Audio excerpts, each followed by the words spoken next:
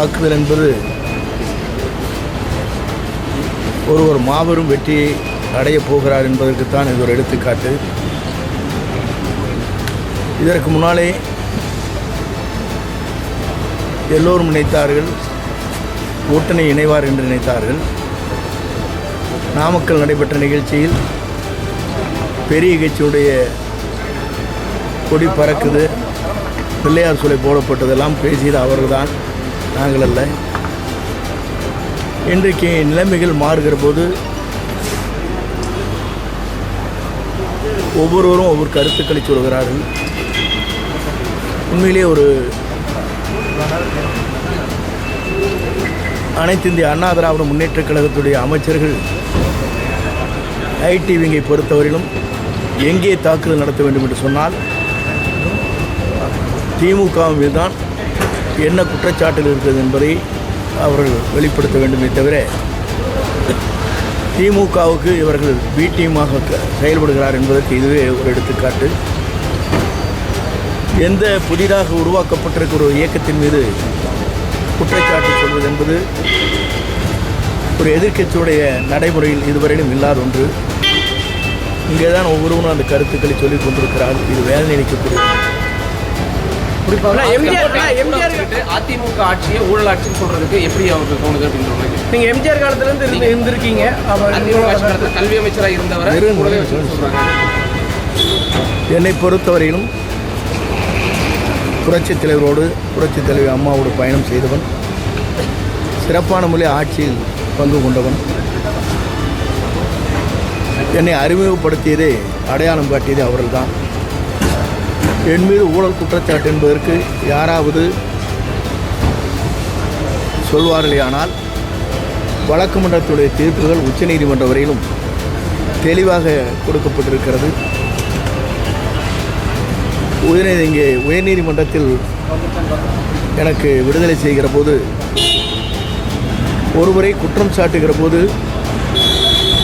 அந்த குற்றச்சாட்டுகளை பொறுத்தவரையிலும் உடைய வாழ்க்கை 5 ஆண்டு காலம் அரசியல் வாழ்க்கை ஏற்பட்டிருக்கிற நிலைப்பாடுகளை நாங்கள் எண்ணி பார்க்கின்ற போது உண்மையிலேயே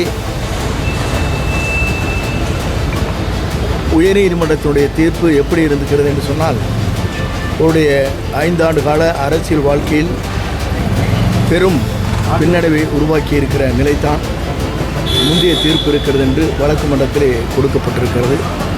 ஆகவே நான் தூய்மையானவன் என்பதை உயர்நீதிமன்றம் உச்சநீதிமன்றம் எனக்கு தீர்ப்பு வழங்கியிருக்கிறது. அரசியல் காழ்ப்புணர்ச்சியின் காரணமாக பல்வேறு வழக்குகள் தொடர்வது வழக்கம். அதன் அடிப்படையிலே தொடர்ந்தார்கள். அந்த வழக்கு அனைத்தும் நான் எந்த குற்றமும் செய்யவில்லை. கூடுதலாக போக்குவரத்து கழகத்தில் வருவாய் ஈட்டியிருக்கிற ஆண்டு தான் அங்கே உயர்நீதிமன்றத்தில் தீர்ப்புகள் வழங்கப்பட்டிருக்கிறது. இந்த தீர்ப்பை பொறுத்தவரையிலும் உயர்நீதிமன்றத்தில் சொல்லப்பட்டிருக்கிற தீர்ப்பு அவருடைய எதிர்காலம் 5 ஆண்டு காலம் இந்த வழக்கின் மூலமாக அரசியல் பயணத்தை மேற்கொள்ளாத சூழ்நிலை ஏற்பட்டிருக்கிறது என்று உயர்நீதிமன்றத்தில் இந்த தீர்ப்பிலே வழங்கப்பட்டிருக்கிறது. ஆகவே அப்படிப்பட்ட நிலையிலே இருக்கின்ற போது இன்று என்னை பற்றி அவர்கள் சொல்வதற்கு எந்த நிலையும் இல்லை. அப்படி இருக்குமேனால் என்ன குற்றச்சாட்டுகள் செய்திருக்கிறால் அது நிரூபணமாயிருக்கிறது என்பதை அவர் சொல்ல வேண்டும். அப்படி யாராவது இது போன்ற கருத்துக்கள் சொல்வார்களே ஆனால் அவர் மீது வழக்கு மன்றத்தின் மூலமாக வழக்குகள் தொடரப்படும். வருவான் எதிர்பார்த்த நிலையில் அவர் வரல, அது ஒரு ஏமாற்றமாக இருக்குது. அவர் இல்லை, ஏமாற்றமல்ல, ஒவ்வொருடைய நிலை அப்படி இருக்கிறது. நீங்கள் ஒரு நாளைக்கு ஒரு நிலை எடுப்பதை போல அவரும் ஒரு நாளைக்கு ஒரு நிலை எடுக்கிறார்கள். எங்களோடு வர வேண்டும் என்று நினைத்தால் சூழ்நிலைகள் அவருக்கு எப்படி ஏற்பட்டிருக்கிறது என்று என்னால் சொல்ல இயலாது. எங்கு சென்றாலும் வாழ்க.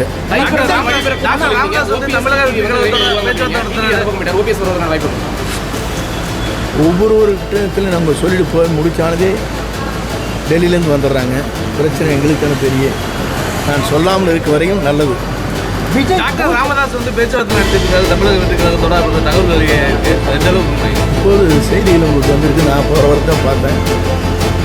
பேச்சு கொண்டிருக்கிறார் என்று செய்தி எனக்கு வந்திருக்கிறது. இப்போதுதான் நுழைகிற போது தான் அதை பார்த்து நல்லது நடக்கும். ஆனால் இப்போ விஜய் வந்து பூஜ்ஜியமாகி அவரோட எண் சேர்ந்தால் தான் மதிப்பு அதிகமாக இருக்கும். அரசியலுக்கு விஜய்க்கு அனுபவம் இல்லை அப்படின்னு சொல்கிறாங்க. ஒவ்வொருவரும் இதைத்தான் சொன்னார்கள். புரட்சித் தலைவர் எம்ஜிஆர் கழகத்தை துவங்கிய போது இதையே சொன்னார்கள். 100 நாட்கள் கூட அவருடைய படத்தை போல ஓடாது இந்த கட்சி என்றாலும் சொன்னார்கள். அவர் ஊருள்ளவரை அவர் தான் தமிழ்நாட்டுடைய முதலமைச்சராக இருந்தார். அமெரிக்காவிலே சிகிச்சை பெறுகிற போது கூட தமிழ்நாட்டு மக்கள் அவரை விரும்பி முதலமைச்சராக அரியணையில் அமர்த்தினார்கள். அதுதான் வரலாறு.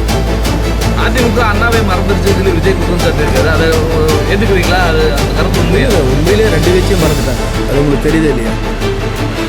நீங்கள் எல்லாம் படத்தை பார்க்குறீங்களா இல்லையா? அம்மாவை மறந்தார்கள், தலைவரை மறந்தார்கள், அண்ணாவை மறந்தார்கள். அதுக்கு தான் நான் வெளியே வந்தேன்.